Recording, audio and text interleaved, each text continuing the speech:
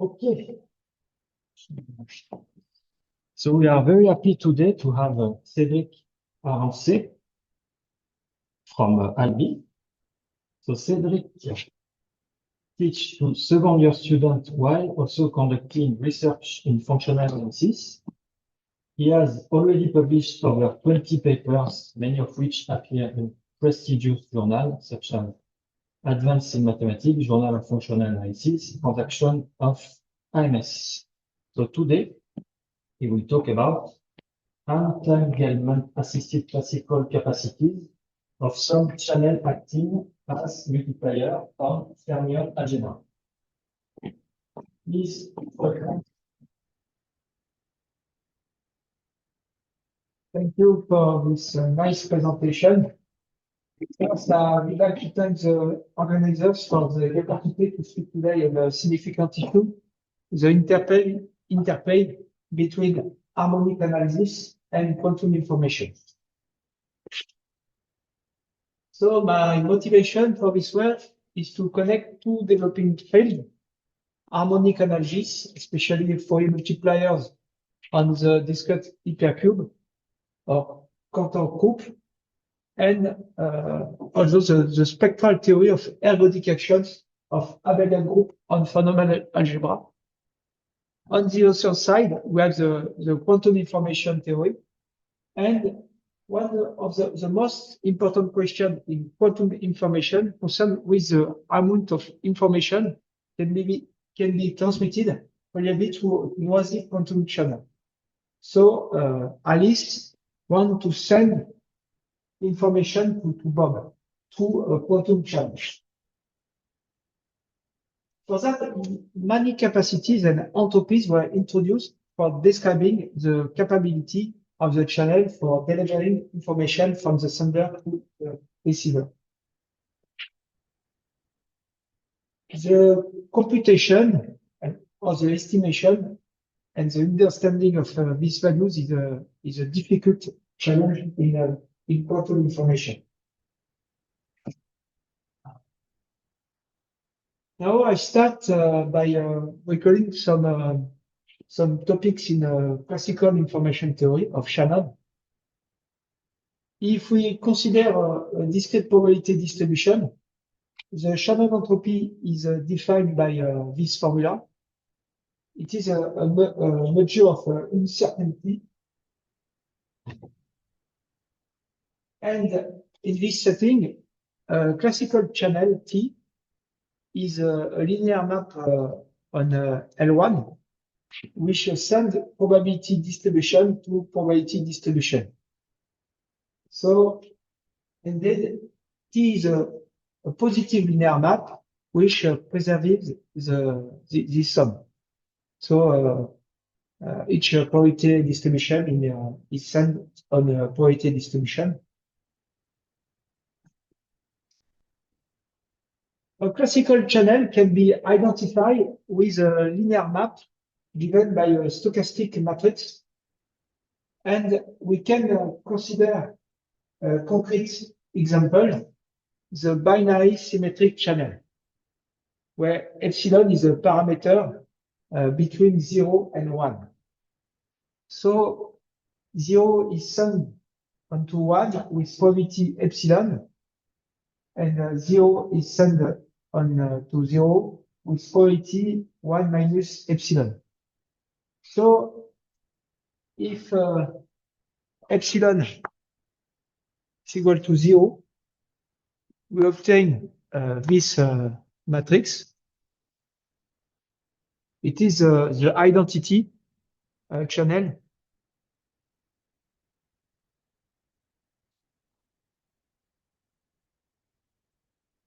Perfect channel, identity channel, noiseless channel. Now we can introduce the minimal entropy defined by this formula. It is a measure of how noisy the channel is. For example, the minimal entropy of the identity channel is equal to 0.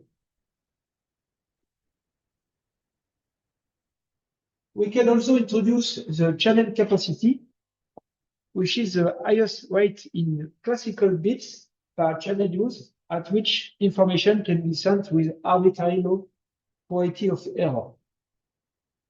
The important point is that we have a formula for the classical capacity. We have the formula is given by a supremum on probability distribution, which allows us to compute the classical capacity. Finally,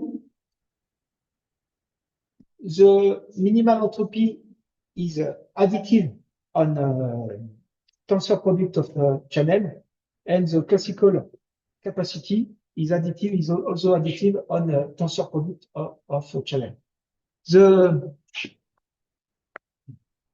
If we have two channels, we can put the channel in parallel, and this operation is the tensor product. Now we go in the quantum world, and in the quantum world, functions are replaced by operator and matrices, and the abelian fundamental algebra L infinity of major space omega is replaced by a fundamental algebra. So if we have a function, we can see this function as a multiplication operator on this Hilbert space.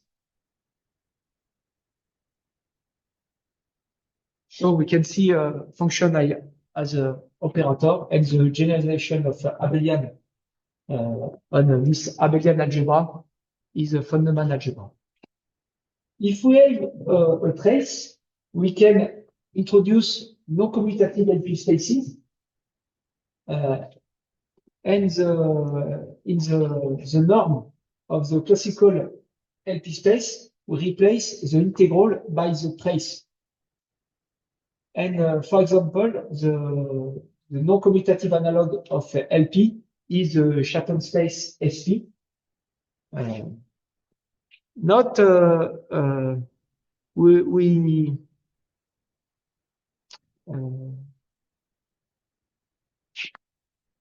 analog of the integral is a trace. Banner space are replaced by operator spaces. An operator space is a banner space E equipped with an embedding of E in the space of bounded operator on the Hilbert space L2. And finally, bounded maps are replaced by completely bounded maps, and positive maps are replaced by completely positive maps. A map is completely positive if the tensor product of Q and the identity of a matrix algebra is positive for any integer, and the completely bounded norm is defined by this formula. We have a supremum on integers. So I recall the notion of quantum bits, qubits.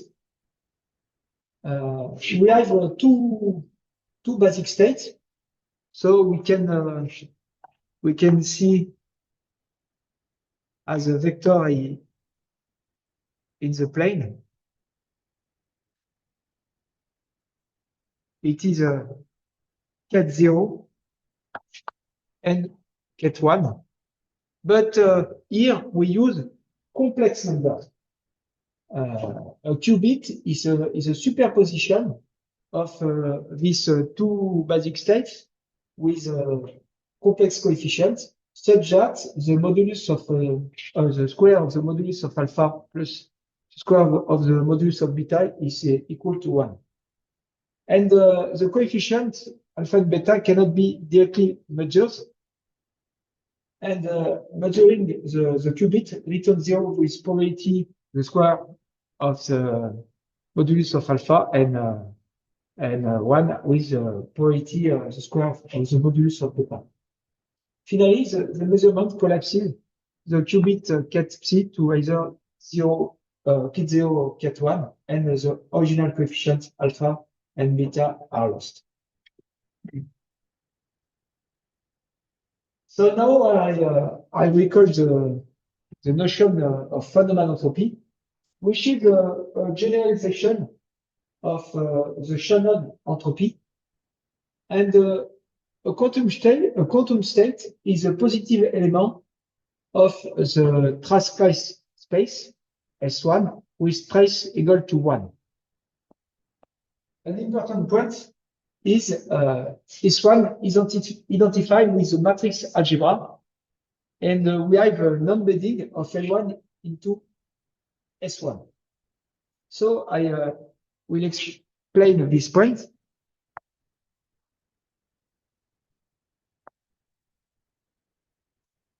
We have an embedding. For example,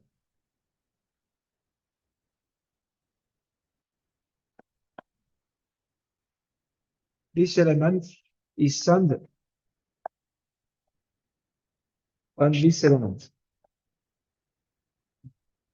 So we have a probability distribution, and on the diagonal we can put the probability distribution, and so moreover, if we have a qubit,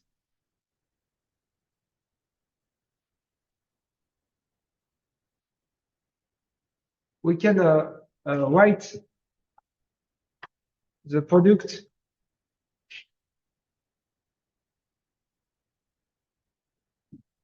of matrices, and we obtain this matrix.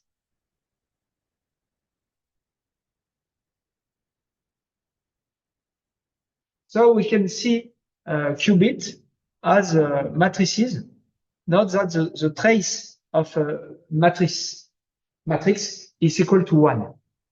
So quantum bits define state. If 4 is the state, we can define the fundamental entropy by this formula. Is a generalization of Shannon entropy, and H can be seen as uncertainty modulo of ρ. For example, H of ρ is always positive, takes its maximum values when ρ is maximally mixed, and its minimum value 0 if ρ is pure. In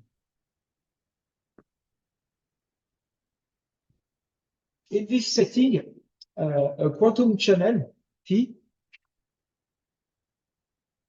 is a mistake. It is this space is defined on S1. Some state to states.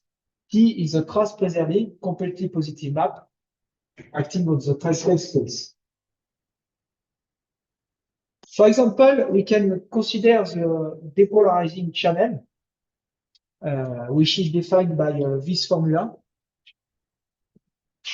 It is a convex combination of the identity channel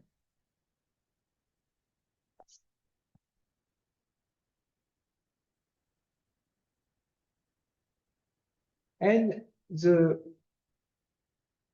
completely noise channel.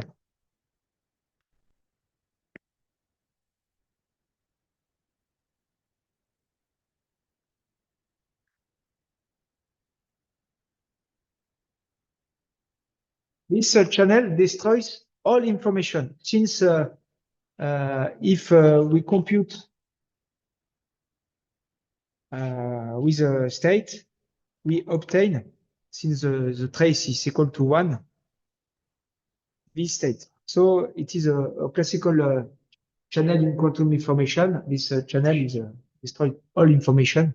So we have a convex combination on these two channels. So now we can define the minimal output entropy defined by this formula. It is a measure of how noisy the channel is. And there is a striking difference with the world of classical information. The minimal entropy is not additive. It is a famous result in quantum information. It is very different from the theory of Shannon. We can also introduce the completely bounded minimal entropy given by this complicated formula. But the main point is that this completely bounded minimal entropy is additive on tensor product.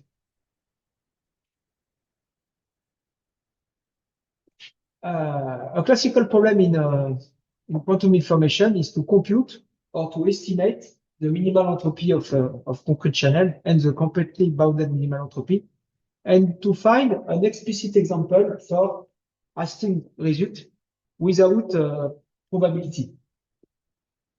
This is a major question in quantum information. Now, if we consider a quantum channel, we can introduce the classical capacity, which is the highest rate in bits, in classical bits per channel use, at which can be solved with arbitrary low probability of error. I give a formula for the classical capacity, and I need the O-level capacity of a channel, which is given by this formula, where we have a supremum on some probability distribution and some states. And we have this formula for the classical capacity. The classical capacity is given by a supremum. So in order to compute the classical capacity, we need to compute the O-level capacity of the channel, the O-level capacity of the tensor product of this tensor product. So you have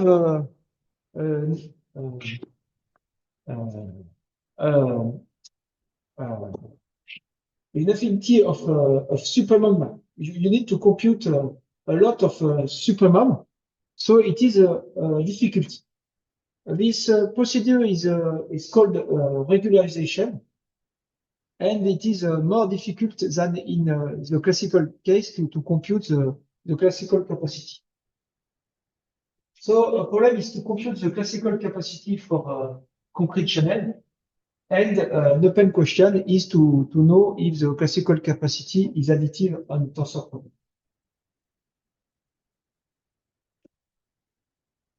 Now we can introduce the quantum capacity. The quantum capacity is the highest rate in quantum bits per channel use at which can be seen with arbitrary low probability of error. I also give a formula for this quantum capacity, and I need the coherent information of T, which is given by this supremum. And the quantum capacity can be described by this formula. Again, we need to compute the coherent information of T, of the tensor product of T with itself. So it is complicated to compute this, to compute the quantum capacity.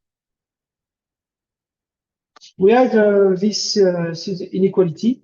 The quantum capacity is less than the classical capacity. And it is known that the quantum capacity is non-additive on tensor product. It is a classical result. And finally, we can have some striking results.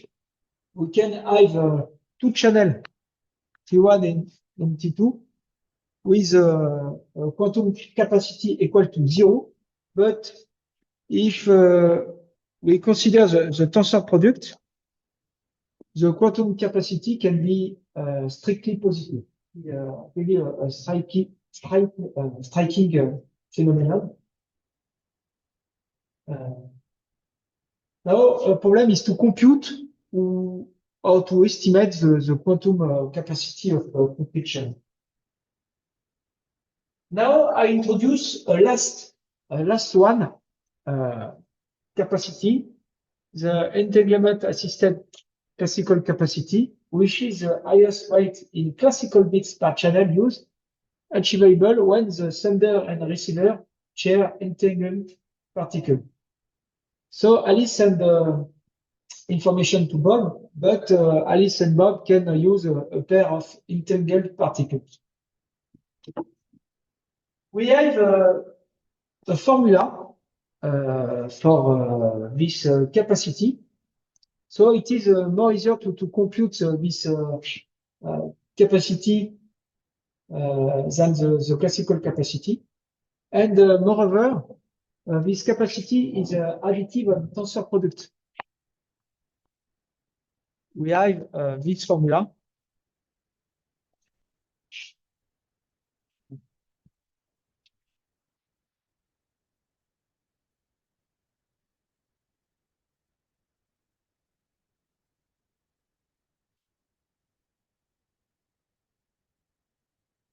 Finally, we have this inequality.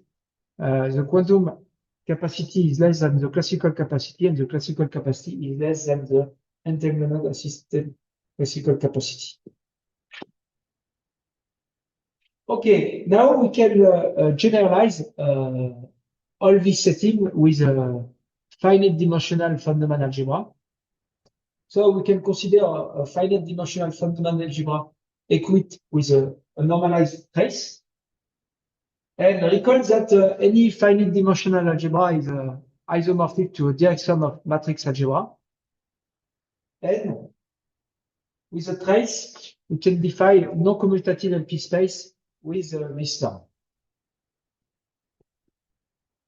A state is a positive element of L1 with a trace equal to 1.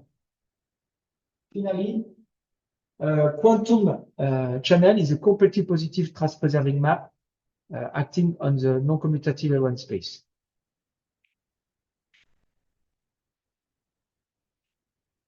Okay, we can define in this setting the Siegel entropy. It is given by this formula. It is the same formula that the fundamental entropy. But there is a difference. Note that if the trace is normalized and if rho is a state, then the Siegel entropy is negative. Recall that the fundamental entropy of S1 with this trace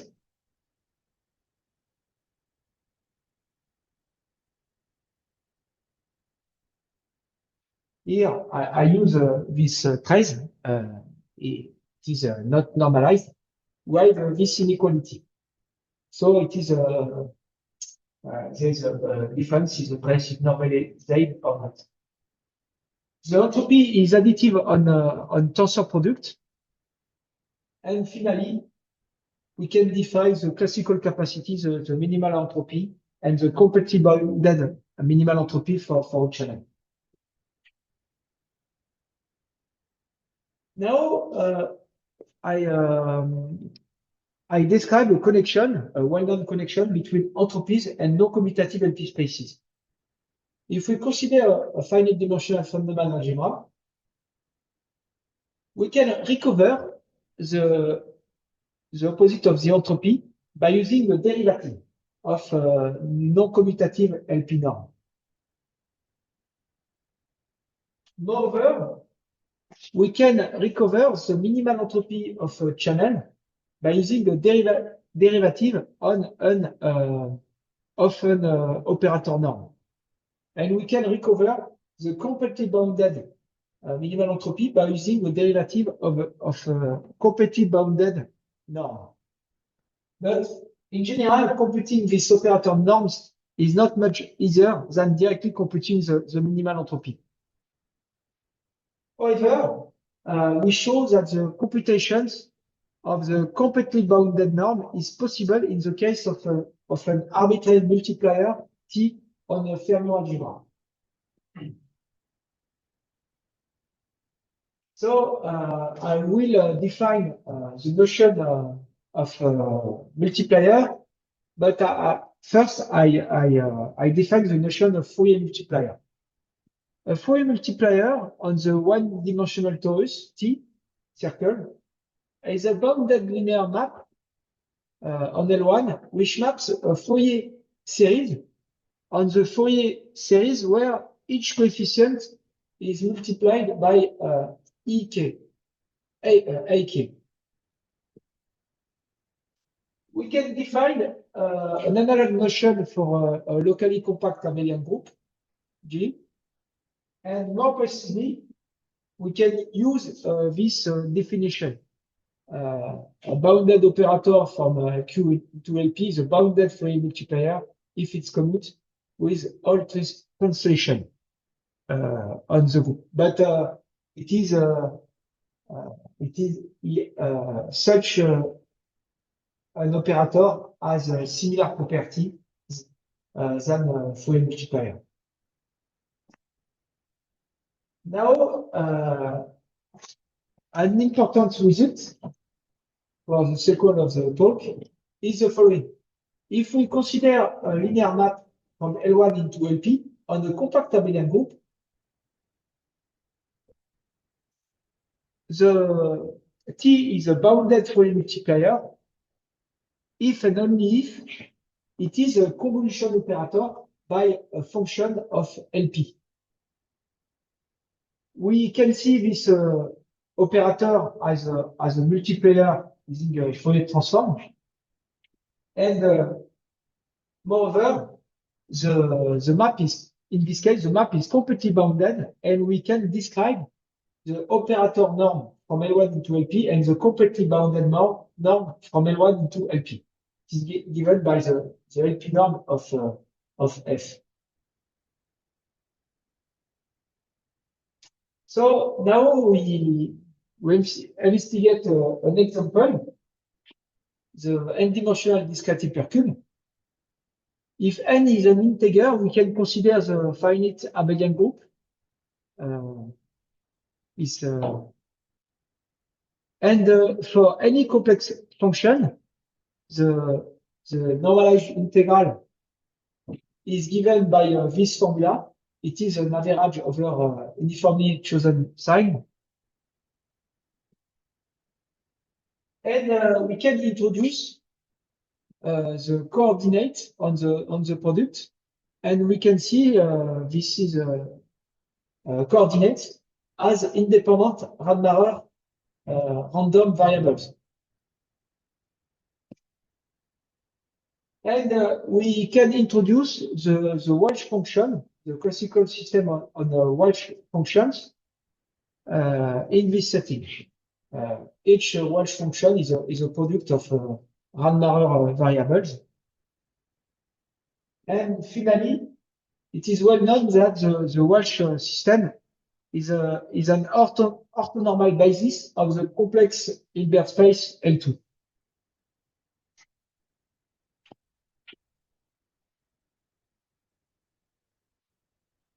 Okay, now we can do a Fourier analysis on the hypercube. Every function can be written as a sum of Fourier-Walsh series, and the Fourier-Walsh coefficient is defined by this formula.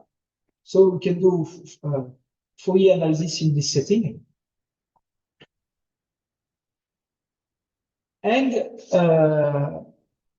I introduce this function on the discrete hypercube. And we can introduce this convolution operator. We define this function, and we have a convolution operator, and it is equivalent to have this formula. We can see this operator as a convolution operator or as a Fourier multiplier on the Walsh function. each Walsh function is sent on the Walsh function multiplied by phi of A. So by using the previous result, the completely bounded norm of this operator from L1 into LP is given by the LP norm of this function. Now I define fermion algebra. The fermion algebra C is for Clifford, is a standard notation. Is the algebra generated by a sequence of self-adjoint unitary operators acting on a complex Hilbert space, which satisfy this rule, anti-commutation rule. And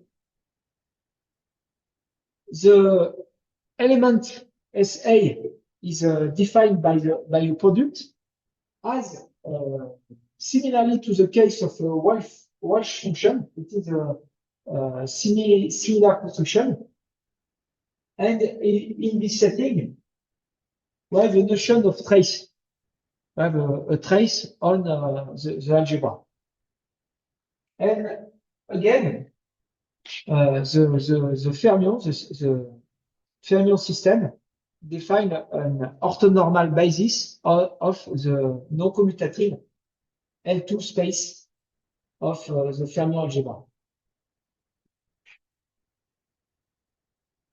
Note that there exist several concrete realizations of these operators.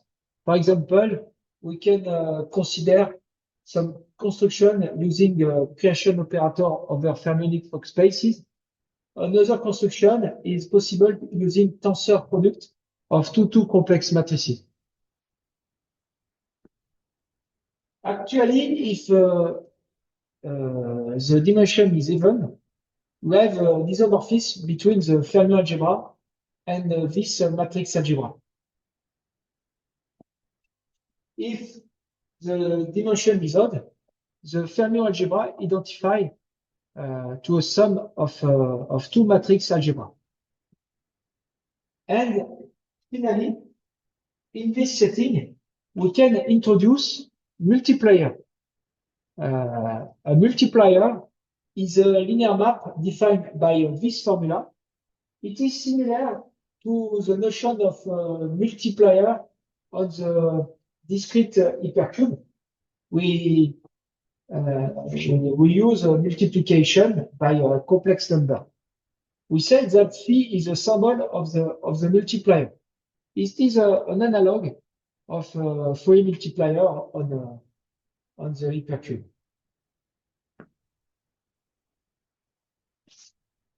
Now I will present a first result. If we consider a multiplier on the fermion algebra, the completely bounded norm from L1 into LP is equal to the LP norm of this function. So now if we consider a multiplier which is a quantum channel, we can compute the completely bounded minimal entropy using a derivative. The completely bounded minimal entropy is given by this derivative, but this completely bounded norm is equal to the norm, to the LP norm of the function. And the derivative of the LP norm is the entropy. So we can compute the completely bounded minimal entropy of each multiplier on fermion algebra. I give some elements of the proof. The idea is to introduce this linear map defined on the fermion algebra, and we have the intertwining relation between multiplier on the discrete hypercube and multiplier on the fermion algebra. you have a commutative square.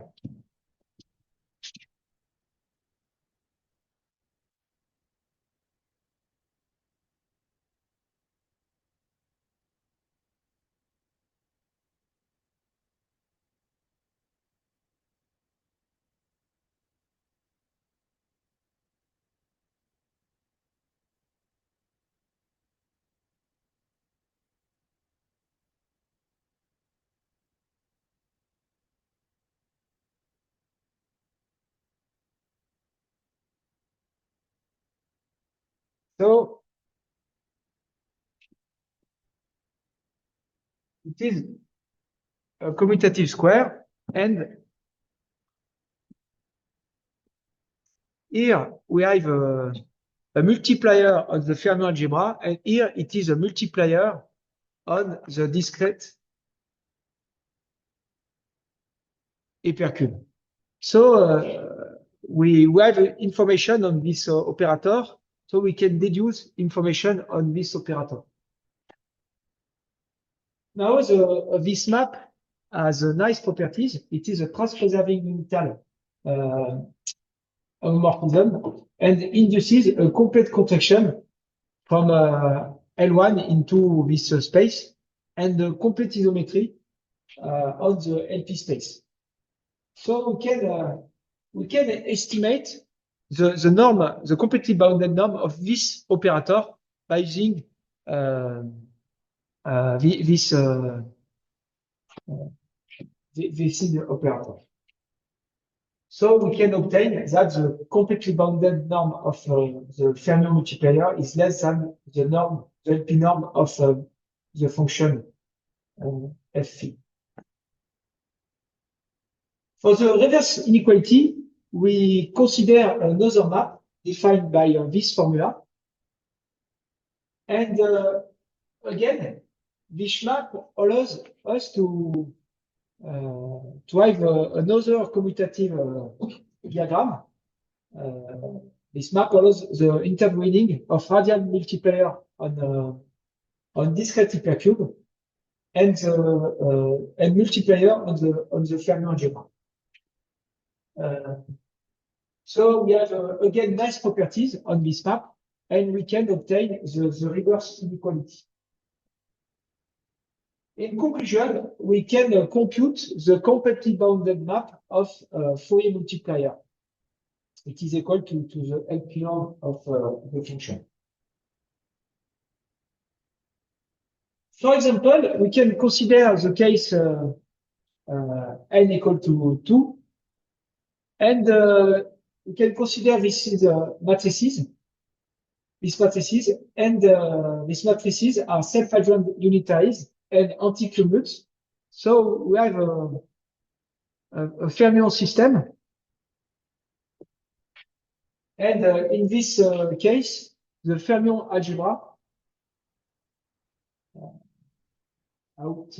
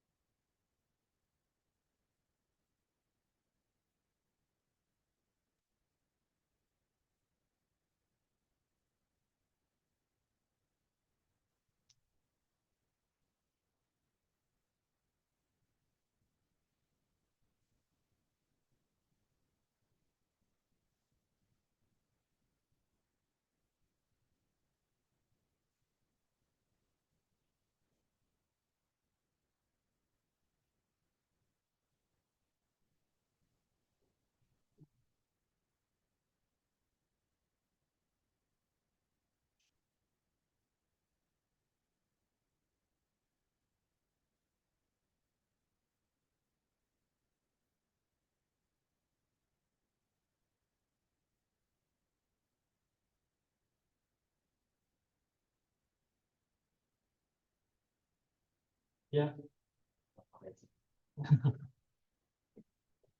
Yeah. Okay, I'll come back.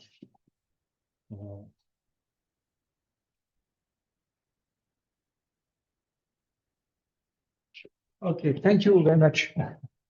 So,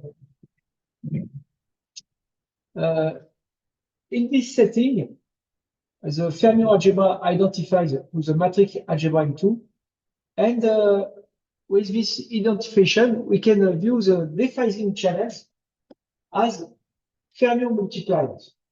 So we can compute, we can recover the classical formula of the completely bounded minimal entropy of this quantum channel. Now we can also compute the entanglement assisted classical capacity. Again, we can see this capacity as a derivative of completely pessimistic norm. But in general, it is difficult to compute this completely pessimistic norm. This completely pessimistic norm is defined by this formula. It is a non-commutative version of the classical concept of a p-summing map between Banach spaces. Recall that an operator is p-summing if it induces a bounded operator on between these spaces.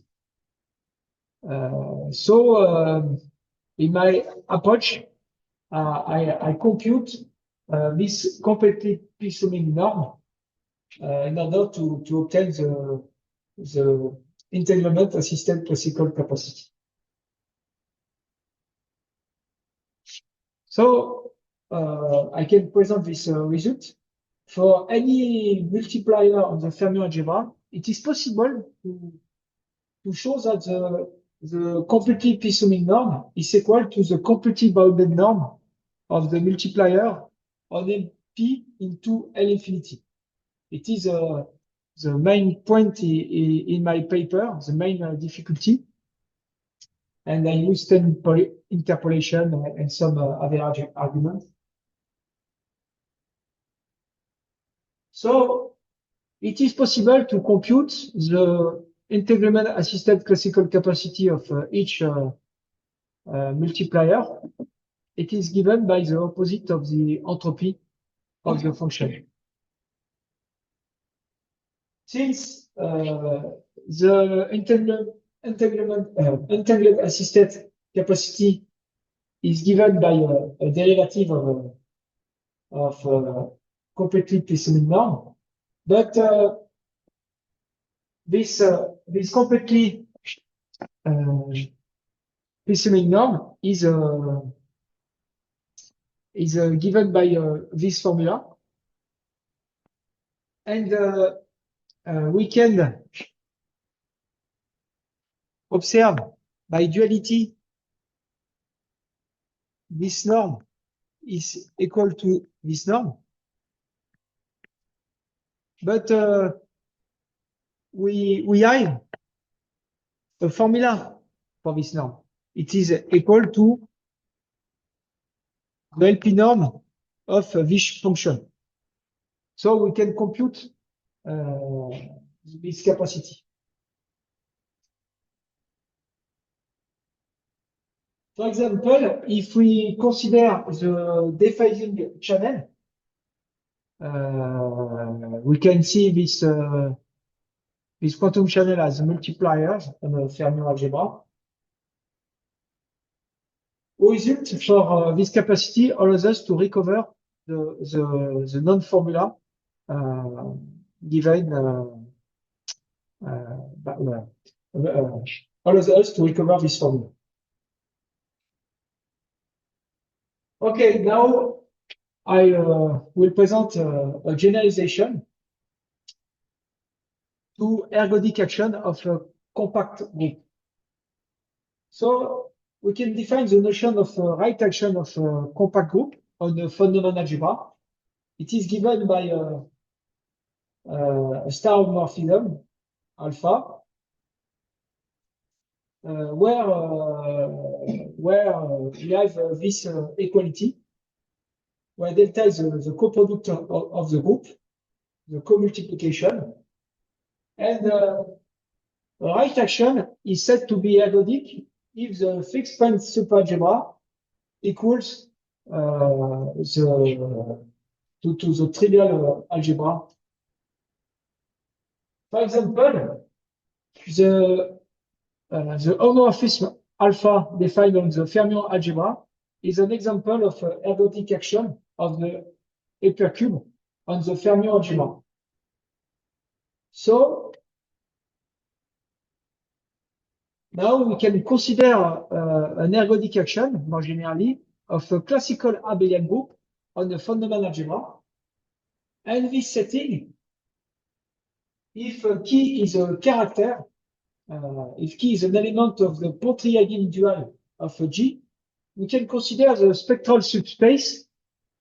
And in this setting, these are all one-dimensional and generated by a unitary operator. Such a family is called a family of eigenoperators for the ergodic action, and it forms an orthonormal basis of the Hilbert space L2.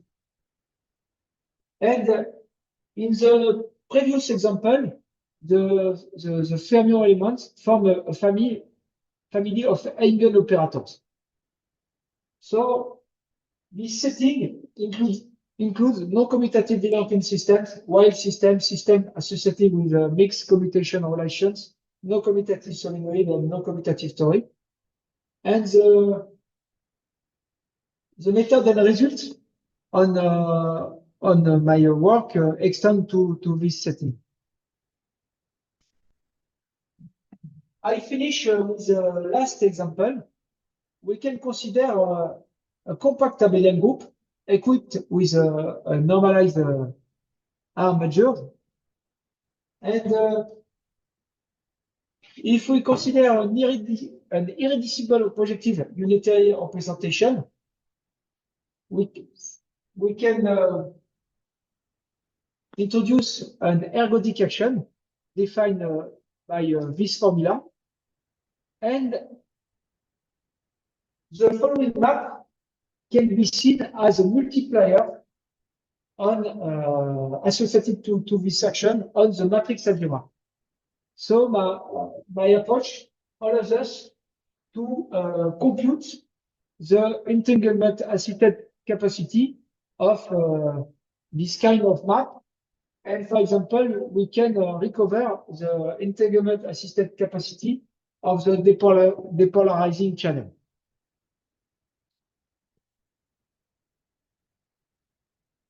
Okay, so for each ergodic action, you have a family of maps where we can compute entanglement assisted capacities and completely bounded minimal entropy.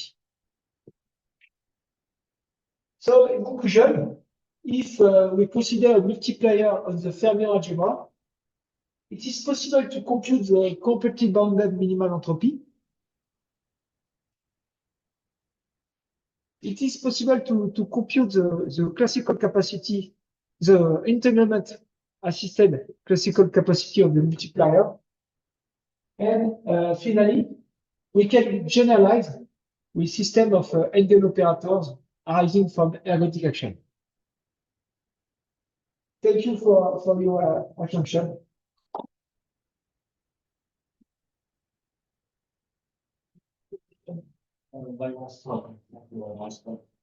May I ask you, have you tried for compact group?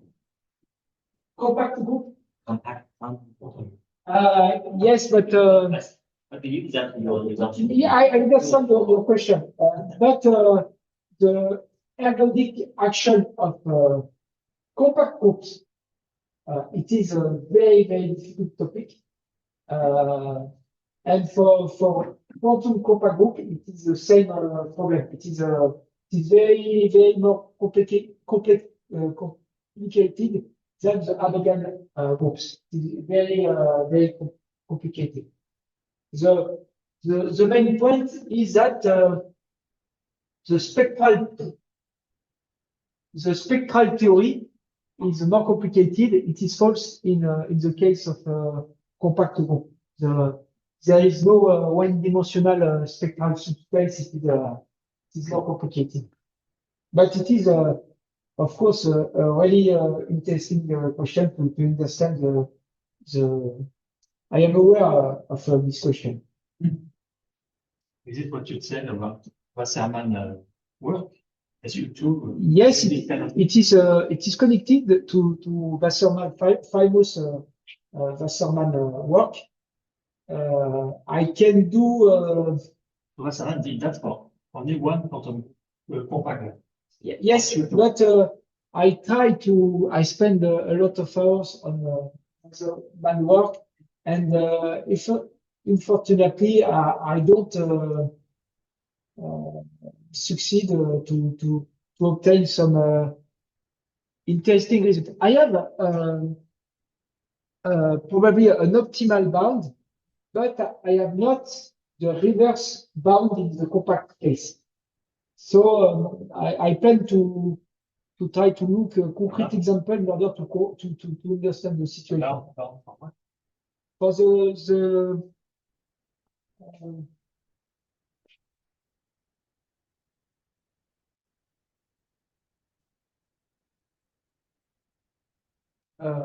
wait.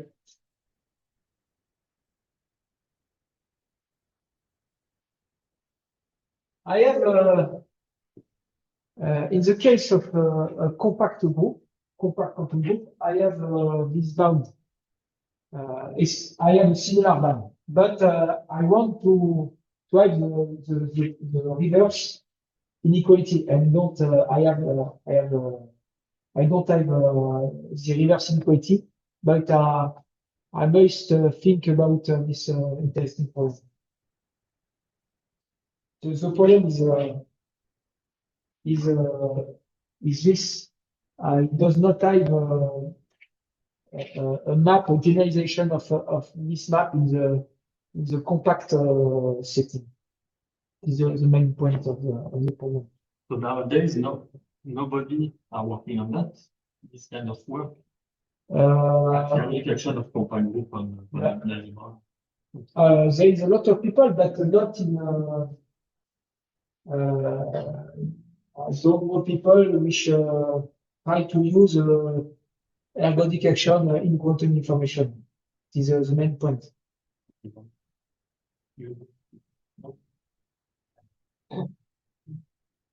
Maybe they are using different language. That you can share the more reference more reference because they can make not use the language. See to different way, but maybe to send message. There is different ergodic action in the literature. So.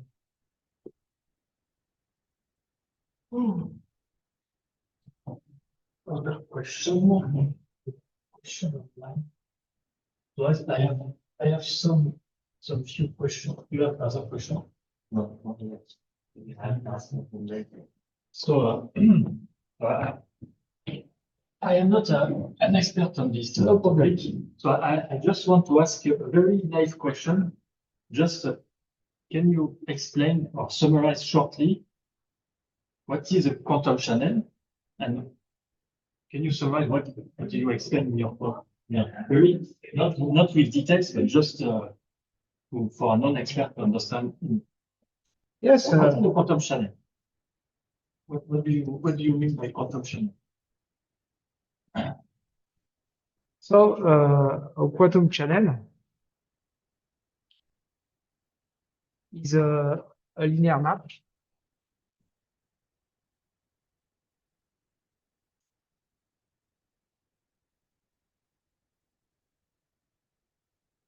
such that MN is the matrix algebra.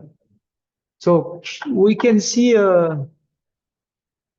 I prefer this notation. It is the good point of view since when we try to generalize to fundamental algebra, we use non-commutative L1 space. S1 is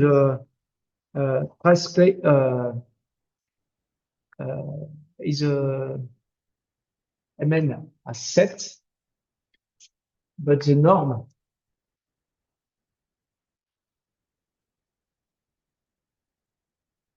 is given by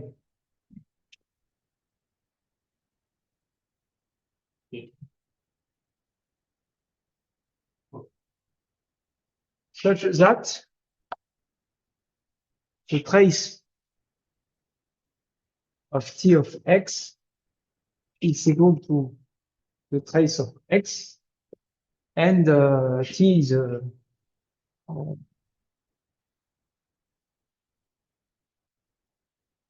completely positive. And why is this so quantum channel? It is a quantum channel. Why is it? It preserves the best matrix. It preserves Yes, if X is positive, if X is positive, and if we add the trace of X is equal to 1, the trace of T of X is equal to the trace of X by this property, and it's equal to 1. So if we have a state, the T of X is a state. So T maps state on state. So why is the name quantum channel? Why channel? What quantum? What is it?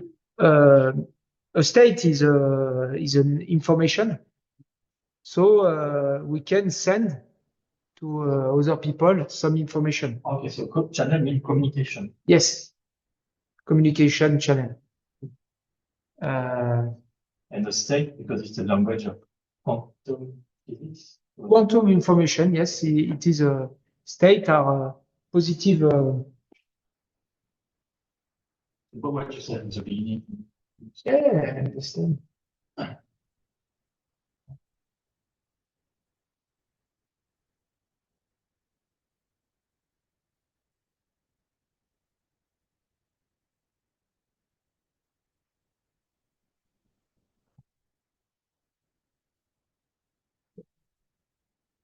So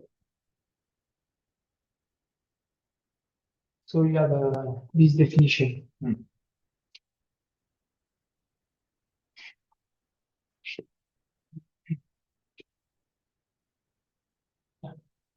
So what did you explain? If you want to summarize very shortly, what did you explain in your talk?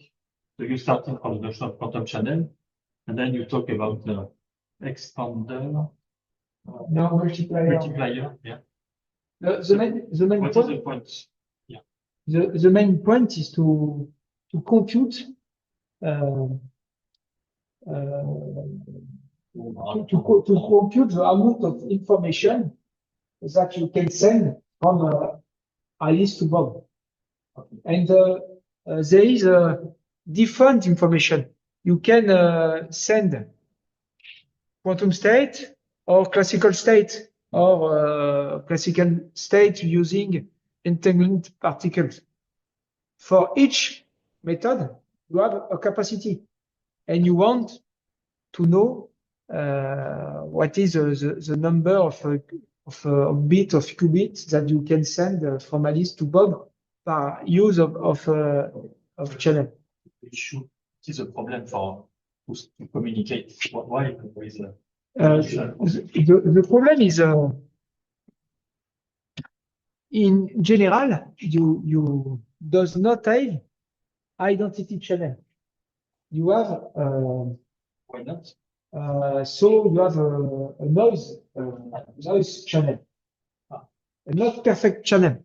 For example, you have the depolarizing channel. It is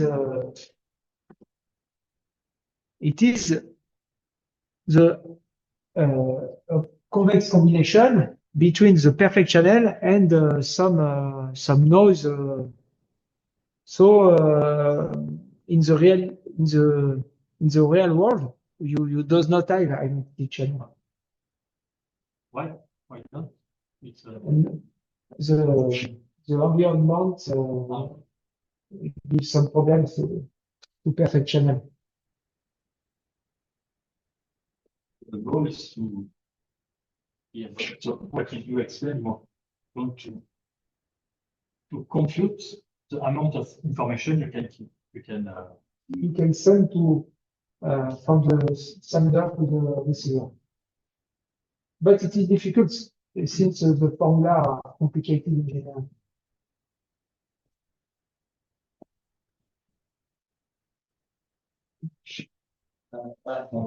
Naive question. Because you consider the CV mode, like, Yes. you consider the clean mode. Is Ah. that similar, No, it's not the same. combination of in, like, Yeah, I understand your question.